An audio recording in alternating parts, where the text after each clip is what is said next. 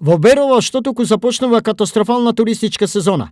Предвидувањата се дека туристи ќе има помалку од било кога, а песимизмот е заверен со отказ на веќе договорените аранжмани. Сите резервации кои што ги имавме за мај, за јуни, за јули, за август од странство се откажани. Како и домашните резервации се откажани. За разлика од огромен број други бизниси каде што беше намален обемот на работа со 30-50%, кај нас е 0%. Значи ние немаме никакви приходи веќе од 12 март до денеска, а и очекуваме за жал да продолжи тој суров тренд и понатаму. Освен туристи, Берово не може да се надева ниту на службени средби, семинари, тимбилдинзи и слично. Особено хотелските комплекси кои што се лежер и кои што се за наспани, семинари, тимбилдинзи и исто така многу ќе биде намален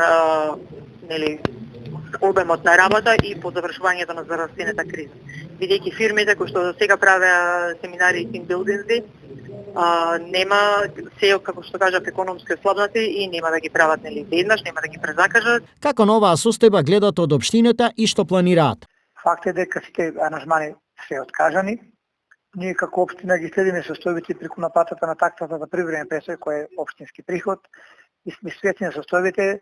Во наредниот период ќе организираме и состанок со давателите на услуги, особено на поголемите, како се реков, капацитети.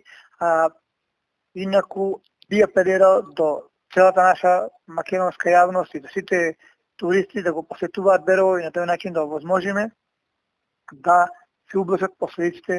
Освен низ целата држава, познатиот хотел Манастир, Берово располага и со други хотелски капацитети, како и приватни вили. Во просек, Берово годишно го посетуваат околу 10.000 туристи од земјава, но и од странство.